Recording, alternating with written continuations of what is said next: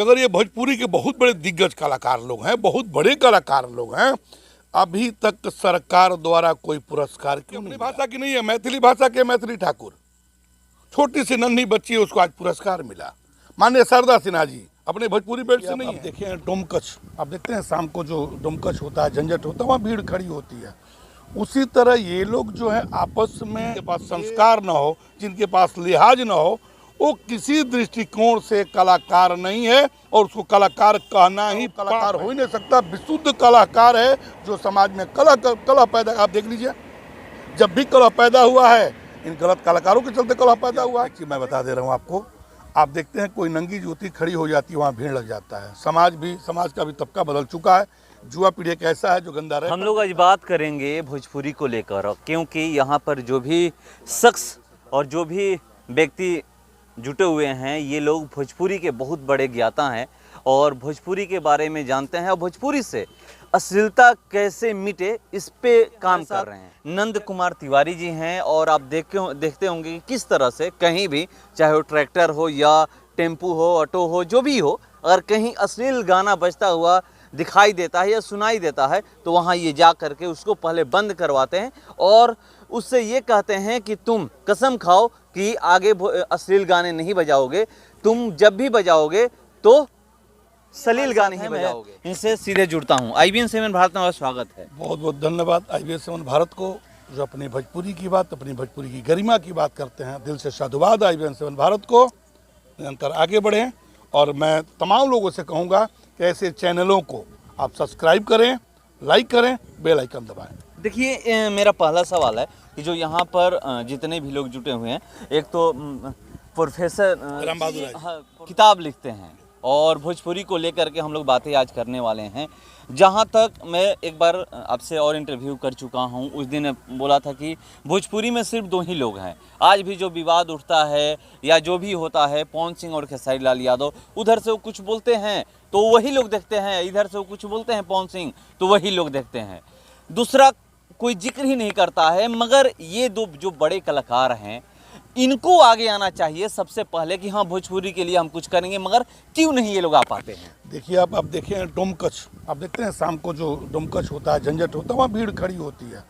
उसी तरह ये लोग जो है आपस में ये एक स्टंट तैयार किए। कोई लड़ाई नहीं है, कोई झगड़ा नहीं है, कोई विवाद नहीं है।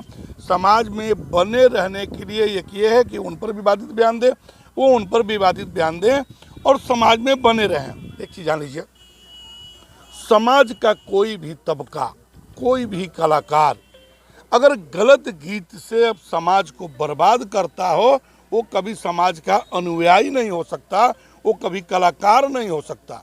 और जहाँ तक कलाकार की बात है, जिनके पास शर्म ना हो, जिनके पास संस्कार ना हो, जिनके पास लिहाज ना हो, वो किसी दृष्टिकोण से कलाकार नहीं है और उसको कलाकार कहना ही पाप है। एक चीज़ जान लीजिए, कलाकार जो शब्द है बहुत मर्यादित शब्द है और कलाकार जब भी कहीं जाता है अपने कलाकारी के माध्यम से समाज को नया दिशा देता है और समाज में एक नई पहचान खड़ा करता है। लेकिन जो कलाकार गंदगी फैला करके या जो कलाकार गाली दे करके समाज में पहचान बनाए, तो ये जान लीजिए कि वो डमकच है, वो कोई भी कलाकार नहीं है, न उसके पास कोई कलाकारी है।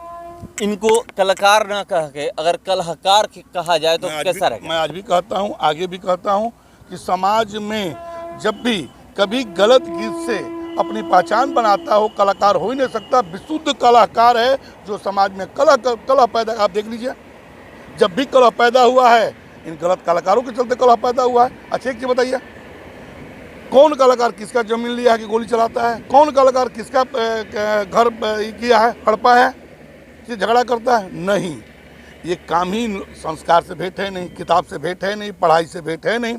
और एक बात जान लीजिए, जब असंस्कारी रहेगा, किताबी ज्ञान नहीं रहेगा या सामाजिकता का ज्ञान नहीं रहेगा, वो कलाकार कभी कलाकार हो ही नहीं सकता। तो ये लोग समझते क्यों नहीं, जो भोजपुरी सुनते हैं देखते हैं, ये लोग क्यों नहीं समझते हैं कि ये लोग सिर्फ TRP के लिए या फिर बने रहने के लिए ये सब काम करते हैं? देखिए एक चीज़ मैं बता दे रहा हूँ आपको, आप देखते हैं कोई नंगी ज्योति खड़ी हो जाती है, वहाँ भीड़ लग जाता है। समाज का भी तबका बदल चुका है।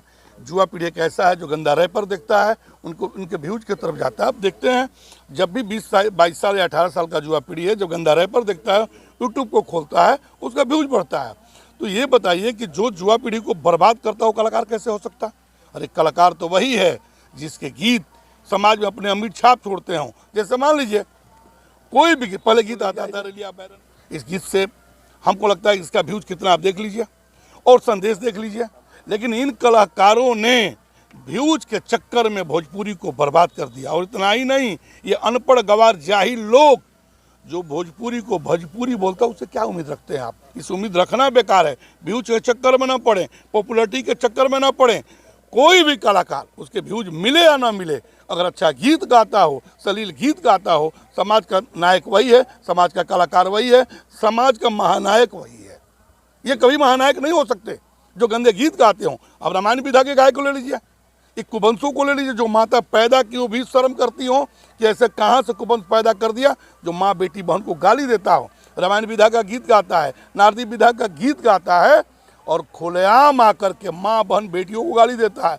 इतना ही नहीं, इसके अगल बगल के दलाल लोग भी इसके दलाली करने से पीछे नहीं हटते कि इसका बाजारीकरण बाजार में इसी का चलता है। यानी बाजारीकरण करने के लिए इन लोगों ने ऐसे दलालों को भी छोड़ा है जो जा करके इसका बाजारीकरण करते हैं। ऐसे लोगों को फन को कुचलना होगा, ऐसे कलाकारों को भगाना होगा जो सभ्यता, संस्कृति और संस्कार को बर्बाद करके रखा। कैसे समाप्त होगा? देखिए जुआ पीढ़ी जग रहा है, आप देख रहे हैं इनके गाने के पीछे इनकी माँ बहन की गालियाँ पड़ती हैं। आप फेसबुक देख लीजिए, यूट्यूब देख लीजिए। हम पूछते कि जिस गीत से जिस कलाकार की माँ बहन की गालियाँ पड़ता हो तो शायद उसको चुल्लू भर पानी में डूब मरना चाहिए, उससे नाली का कीड़ा कहीं बेहतर है। मैं आपको एक चीज़ बताता हूँ, एक आदमी गया और नाली में थूक दिया, कीड़ा निकला। बोला भाई आप यहाँ क्यों थूके हो? बोले यार गंदा जगह है, नाली से थूक दिया। अरे थूकना है तो गंदे कलाकारों पर थूको ना जो गंदा गीत गाता हो, गंदा राइटरों पर थूको ना जो गंदा गीत लिखता हो। उससे गंदा जगह कहीं नहीं है। ये तो अपनी माँ बहन को भी नहीं छोड़ता है, सब अपनी बेटियों को भी नहीं छोड़ता है, अपने नतनी को भी नहीं छोड़ता है। थूकना है तो वहाँ थूको, यहाँ थूकने की कोई जगह नहीं है। हम तो उससे बहुत अच्छे हैं। जहाँ एक तरफ नाली का कीड़ा कहता है उन कलाकारों से कि हम उससे अच्छे हैं, उसका बचा ही क्या। जिसकी माँ बहन बेटियों को गाली पड़ता है फेसबुक और यूट्यूब पर, वो कलाकार कहाँ से? वो समाज का सबसे घृणित आदमी है और घृणित पात्र है। गलतियां किस में है, राइटर में या फिर गायक में या फिर जिस कंपनी से गाने रिलीज होते हैं उनमें? देखिए इसमें तीनों है, इसमें पब्लिक आम श्रोता भी हैं। ऐसा नहीं कि हम कह दें कि आम श्रोता नहीं है, हम अपने को भी कहते हैं कि हम लोग भी गलती हैं। हम पूछते हैं कि हम नहीं बुलाते तो कैसे आता? हम नहीं बुलाते तो आता ही नहीं। से गलती हम में भी है, मैं अपनी भी गलती स्वीकार करता। अपनी गलती मतलब भोजपुरिया समाज की गलती मैं कहता हूँ। एक चीज़ बताइए, लिखने वाला भी उतना ही दोषी, गाने वाला भी उतना ही दोषी, रिकॉर्डिंग करने वाला भी उतना ही दोषी, यूट्यूब वाला भी उतना ही दोषी और सुनने वाला भी उतना ही दोषी है। यानी गुनाहगार वही है जो गंदे गीत को लिखता हो या गंदा गीत को गाता हो या गंदा गीत सुनाता हो या गंदा गीत सुनता हो। इसमें गुनाह में कोई कमी नहीं है, उतना ही सभी लोग गुनाहगार हैं। एक मेरे से सिंगर मिले थे, भोजपुरी गायक समरेश चौबे नाम है उनका, और मैं उनका इंटरव्यू कर रहा था तो वो एक बात बोले कि देखिए यहाँ पर जो यूट्यूबर जाते हैं, आप देखते होंगे प्रोग्राम में, वो एक बात कहते हैं कि अगर आपको हिट होना है तो वहाँ पे जो महिला सिंगर है उनके साथ कुछ ऐसा करना होगा जिससे आप दोनों में विवाद हो, तब जाकर आप हिट होइएगा। मतलब हिट का पैमाना यही है। हम आपको बोले ना, हिट का पैमाना को उसकी माँ को गाली देता है, उसकी माँ को गाली देता है, उसकी नतनी को गाली देता है, उसने नतनी को पैमाना क्या? ये तो बेशर्म है लोग ना, ये तो निर्लज्ज है लोग ना। सुअर से क्या उम्मीद रख सकते हैं? खीर खाने का कि मैला खाने का? ये मैला खाने वाले लोग हैं। ये खीर कभी नहीं पचेगा इन लोगों को, कभी नहीं पच सकता। अच्छे गीत कभी नहीं पच सकता, न गाने की कुबत अच्छे गीत। एक चीज मैं बता दे रहा हूँ, सुअर से जिस तरह आप अच्छे संस्कार की उम्मीद नहीं रख सकते, सुअर से खीर खाने की उम्मीद नहीं रख सकते, सुअर से फल खाने की उम्मीद नहीं रख सकते, वैसे इन गंदे कलाकारों से अच्छे गीत की उम्मीद मत रखिए। जो अपनी बहन को छेड़ता हो, जो बेटियों को छोड़ता हो, जो नृत्यगनाएं को छेड़ता हो, सोचिए वहाँ बहन भी बैठती है, वहाँ बेटी भी बैठती है, वहाँ माँ भी बैठती है, वहाँ बेटा भी बैठता है। इन निर्लज्जों ने, इन बेशर्मों ने अपने गंदे गीतों से, अपने गालियों से बर्बाद करके छोड़ दिया वहाँ के माहौल को दूषित करके छोड़ दिया। आज आने वाला कल जूता से मारेगा, झाड़ू से पीटेगा इन गंदे कलाकारों को। घबराइए मत, देर है अंधेर नहीं, बहुत दिन नहीं, मैं कह चुका हूँ।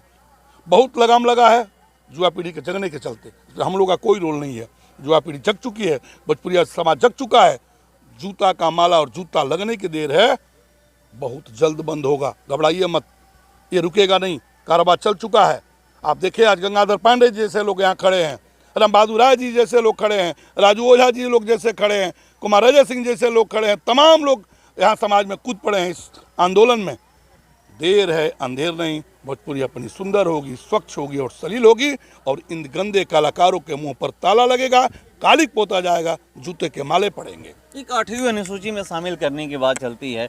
यहाँ पर कहा जाए तो 3 सांसद हैं, वो भी बीजेपी से हैं। 3 सांसद, दिनेश लाल यादव, नीरव, मनोज तिवारी और रवि किशन, तीनों भोजपुरी के से आते हैं और भोजपुरी फिल्में बनाते हैं, भोजपुरी गाने गाते हैं। कब 8वीं अनुसूची में शामिल होगा? देखिए, इसको जनमानस को लगना होगा। एक दिनेश जी के लगने से नहीं होगा, एक मनोज तिवारी जी के लगने से नहीं होगा। बात उठ भी रही है, दिनेश जी ने उठाया भी था, मनोज तिवारी जी ने भी उठाया था, कई विधायक भी उठा रहे हैं। ये जनमानस को लगना होगा और जनमानस धीरे धीरे लग रहा है। अपनी भोजपुरी 8वीं, आज मैं आपको दावे के साथ कह रहा हूँ कि जिस दिन जनमानस जग गया, नदी को उल्टा बहवा देगा। सीधा बहवाने की कौन बात कहता है, उल्टा बहेगी। और जनमानस दिन जिस दिन लग गया, भोजपुरी को 8वीं अनुसूची में जाने से कोई रोक नहीं सकता। और आज जो भोजपुरी कुंठित है, जो उपेक्षित है, इन गंदे कलाकारों के चलते उपेक्षित है, इन कुकर्मी गायकों के चलते कुंठित है। और जिस दिन इन लोगों के मुंह पर ताला लग गया और जिस दिन जनमानस जग गया, भोजपुरी 8वीं सूची में जरूर शामिल होगी। जनमानस तो एक है ही नहीं। देखिए, जनमानस एक होता तो हो गया रहता, ये बात सही है। कब एक होगा, कैसे एक होगा, इसके लिए क्या आप लोग ये बताइए कि आप धड़ल्ले से जहाँ भोजपुरी चल रहा था, गंदा गीत आज रुक लग रहा है कि नहीं? आज जो गंदे कलाकार लोग गा रहे थे, धड़ल्ले से रुक लग रहा है कि नहीं? अगर जनमानस नहीं लगा होता तो नहीं केस भी होगा तो जेल जाएंगे। केस हो भी चुका है, हर जगह से केस भी हो रहा है, जेल भी जाएंगे। और एक चीज़ जान लीजिए, सरकार को मैं धन्यवाद देता हूँ, कानून बनने जा रहा है, कानून बना और पारित नहीं हो रहा, लागू नहीं हो पा रहा। अभी भी गीत आ रहे हैं, लेकिन आने वाला कल इस पर कानूनी शिकंजा भी लगेगा और जनमानस भी अपना शिकंजा लगाएगा। लोग कहते हैं कि हम अपने कंधों पर भोजपुरी को ढो रहे हैं, हम भोजपुरी को आगे बढ़ा रहे हैं। और यहाँ देखा जाए तो भोजपुरी के जो बड़े कलाकार हैं, उनको बिहार सरकार द्वारा या फिर किसी भी सरकार द्वारा पुरस्कृत नहीं किया जाता है। देखिए, अगर भोजपुरी नहीं होती तो ये कहीं का नहीं होते। भोजपुरी का खाते हैं और भोजपुरी का गाते नहीं हैं, बहुत शर्म की बात है। एक चीज़ जान लीजिए, भोजपुरी से पहचान उनकी नहीं, उनसे पहचान भोजपुरी की नहीं है, भोजपुरी से पहचान उनकी है। और सबसे बड़ी बात यह है कि अगर ये भोजपुरी के बहुत बड़े दिग्गज कलाकार लोग हैं, बहुत बड़े कलाकार लोग हैं, अभी तक सरकार द्वारा कोई पुरस्कार क्यों नहीं मिला? जबकि अपनी भाषा की नहीं है, मैथिली भाषा के मैथिली ठाकुर, छोटी सी नन्ही बच्ची है, उसको आज पुरस्कार मिला। माननीय शारदा सिन्हा जी अपने भोजपुरी बेल्ट से नहीं है, उनको भोजपुरी का पुरस्कार मिला। शर्म की बात है, लोग को चुल्लू और पानी में डूब मरना चाहिए। आज तक ये लोग कहते हैं कि मेरा इतना व्यूज गया, या भोजपुरी को मैंने बहुत कुछ दिया है, या हम भोजपुरी के बहुत बड़े दिग्गज कलाकार हैं, तो अभी तक ये पुरस्कार से वंचित क्यों हैं? ये अहम सवाल है इन लोगों के लिए। लेकिन ये सवाल किस पर लागू होता है? जिसको शर्म हो।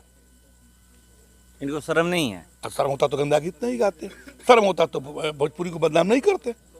अगर भोजपुरी मेरी माँ है, भोजपुरी समाज मेरा भगवान है, तो गंदे गीत की गुंजाइश कहाँ है?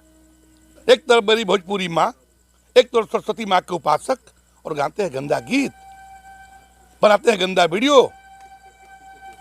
कभी भी गंदा गीत गाने वाला और गंदा वीडियो बनाने वाला भोजपुरी माँ का उपासक नहीं हो सकता है, भोजपुरी का विनाशक ही हो सकता है। जनमानस को जगने की देर है। जिस दिन जनमानस जग जाएगा उस दिन भोजपुरी 8वीं अनुसूची में शामिल हो जाएगी। और इन्होंने एक बात बोली कि पवन सिंह और खेसारी लाल यादव ये कलाकार नहीं है, कलाकार हैं। सबसे बड़ी कब भोजपुरी 8वीं अनुसूची में शामिल होता है और कब भोजपुरी को उस लेवल का दर्जा मिलता है। फिलहाल इस खबर में इतना ही, बने रहिए हमारे साथ। नमस्कार।